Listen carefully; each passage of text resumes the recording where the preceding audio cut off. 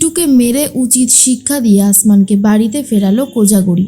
সম্পূর্ণ জানতে ভিডিওটিতে একটি লাইক করে প্রথম থেকেই দেখতে থাকো।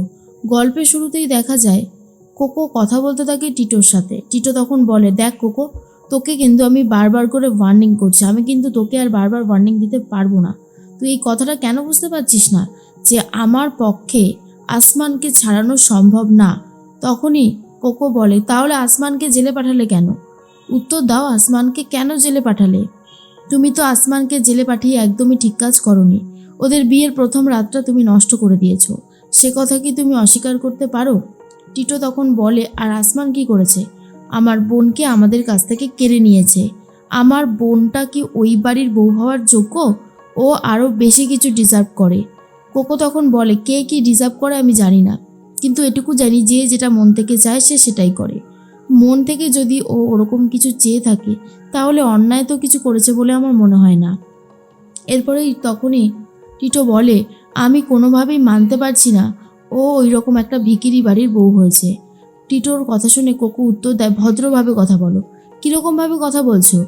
আসমানের বাবা একজন শিক্ষক, আসমানও কিন্তু পড়ায়, এখন পার্ট টাইম টিচার, কিন্তু একটা সময় ফুল টাইম টিচারও হবে। তাহলে অন্যায়টা কি করেছে? বলো, কি করেছে অন্যায়টা? তোমরা কিন্তু বড্ড বেশি বাড়াবাড়ি করছো। এর মধ্যেই এসে ডাকতে শুরু করে কোজাগরি। দরজাটা টোকাটোক করছে, আর তখনই খুলতে গেছিল কোকো, কিন্তু কোকোকে খুলতে দিচ্ছিল না টিটো।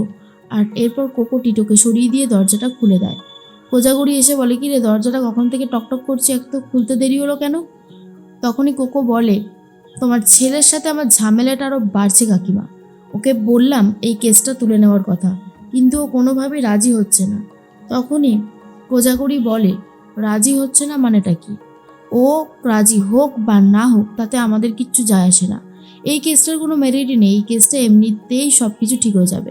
আসমানকে আজকেই আমরা বাড়িতে নিয়ে আসবো, চিন্তা করিস না তুই। তখন টিটো বলে, হ্যাঁ সে তো করবেই। তোমার এই সমস্ত কাণ্ডবাণ্ড দেখেই না আমার মাথায় রক্ত উঠে যায়, বিশ্বাস করো মা। কেন কেন তুমি আমাদের সংসারটা এইভাবে শেষ করে দিচ্ছ? কিসের জন্য বলো, কিসের জন্য করছো? তুমি কি এটা করে খুব শান্তিতে আছো? কোজাগরি তখন বলে, এই শোন, তোর বোন তোর বোন কাকে ভালোবাসে সেটা তো দেখাটা উচিত। তোরা চিন্তা করছিস তোদের সম্মানের কথা। আরে বাবা, মানুষ যাকে ভালোবাসে তাকেই তো বিয়ে করবে। কেন বুঝতে পারিস না এই কথাটা? তখনই কোকো বলে, ও কেন বুঝতে পারবে? ও তো টাকা পয়সার অহংকারে শেষ হয়ে যাচ্ছে।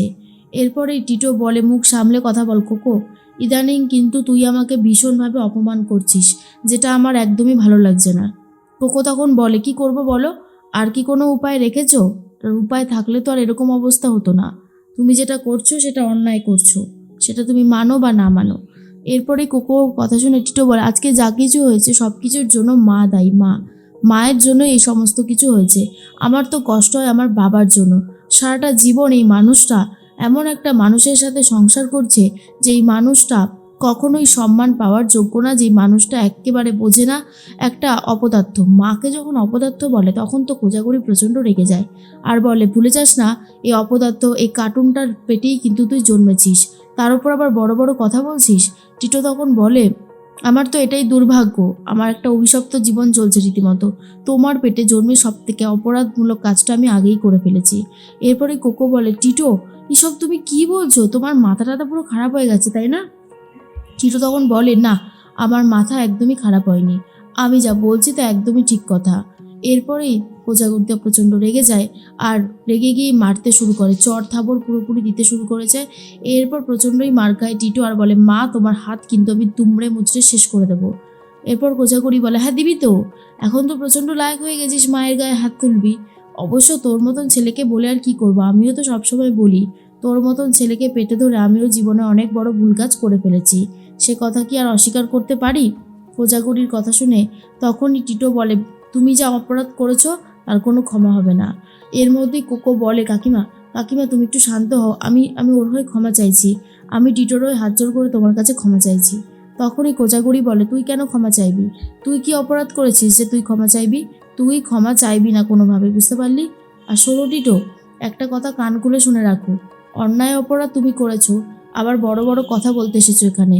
একদম বড় বড় কথা বলবে না। তোমাদের জন্যই তো এত কষ্ট সহ্য করেছি তাই না? এই এই যে চোখের তলায় কালি পড়ে গেছে, চোখে ঝাপসা দেখি, কোমরে ব্যথা, পায়ে ব্যথা, সব কিছু হয়েছে তোমাদের জন্য।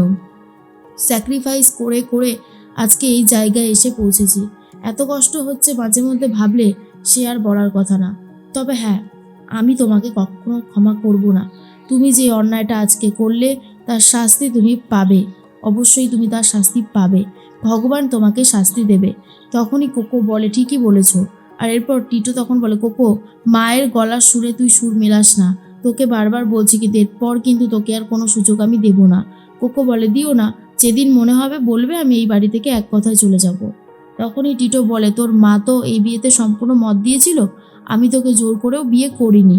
এখন আমি তোর মায়ের সাথে কথা বলবো। আমার মা তো তোর মাথাটা খেয়েছে, এখন তোর মা যদি তোর মাথা থেকে এই পোকাগুলো বার করতে পারে। অন্যদিকে আসমানকে বাড়িতে ফিরিয়ে নিয়ে আসা হয়েছে, আর তার জন্য সবাই খুব খুশি। আসমানের মা তখন বলে, যাক বাবা, ঘরের ছেলে ঘরে ফিরেছে।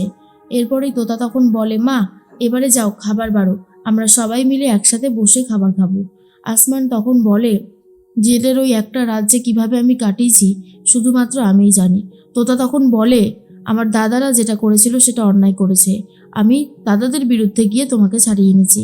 এরপরে অনেকেই চলে এসেছে মালা নিয়ে, আর বলে, আমাদের বৌমা যেই কাজটা করেছে সেটা সত্যি অভাবনীয়, অতুলনীয়। এইরকমভাবে ভাবতেই পারিনি আমরা কখনো।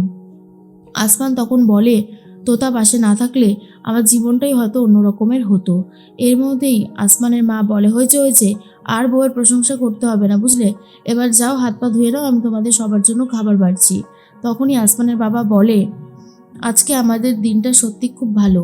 কালকের দিনটা ভুলে গেলে আজকের দিন থেকে আবারও নতুন করে সব কিছু শুরু হবে। তোতা বলে, একদমই তাই। জানো তো আসমান, তোমার এই চিন্তার জন্য আমরা কেউই সেভাবে খাইনি। আর একটা করে মিষ্টি সবাই খেয়েছিলাম, কিন্তু তাও আমরা সেভাবে খেতে পারিনি, শুধু তোমার জন্য। আর মা তো আজকে সারাটা সময় ধরে সবার জন্য রান্না করেছে। মা কিন্তু আমাদের সবাইকে অনেক ভালোবাসে। আসমানও সেটাই বিশ্বাস করে। এর মধ্যেই কোজাগরি চলে গেছে হোটেলে। তখনই কোকো এসে বলে, কাকিমা তুমি একা একা পারবে সব সামলাতে? কোজাগরি বলে, চেষ্টা তো করে দেখি। হুট করে যে রাঁধুনিটা এইভাবে কাজ ছেড়ে দেবে সেটাই বা কী করে জানবো বল? আর এই হোটেলটাই তো এখন আমার সব। দেখলি তো ওরা কিভাবে আমায় অপমান করছে। আমাকে যা করার নিজের টাকাতেই করতে হবে, তাই আমাকে এই হোটেলটা অবশ্যই চালিয়ে যেতেই হবে, যেভাবেই হোক না কেন। তখনই কোকো বলে, তা অবশ্য ঠিকই বলেছ, আমি তোমাকে একটু সাহায্য করে দিই। তখন কোজাগরি বলে, না না, আমাকে সাহায্য করতে হবে না। এক কাজ করবো কোকো, আমি আর তুই আজকে আর যাবো না, কালকেই বরং যাব। সমস্ত জিনিসপত্রগুলো তার আগে কেনাকাটা করতে হবে, কালকে তো বউ ভাত। কোকো তখন বলে, হ্যাঁ হ্যাঁ, আমারও সেটাই মনে হয়, ঝটপট করে কিনে নিতে হবে, কারণ হাতে কিন্তু সময় বড্ড কম। আর আমাদেরকে ঝটপট করে কাজ সেরে নিয়ে তারপরে যা বাকি আছে করার করে নিতে হবে, বুঝলে? আর কোজাগরি বলে, একদমই তাই।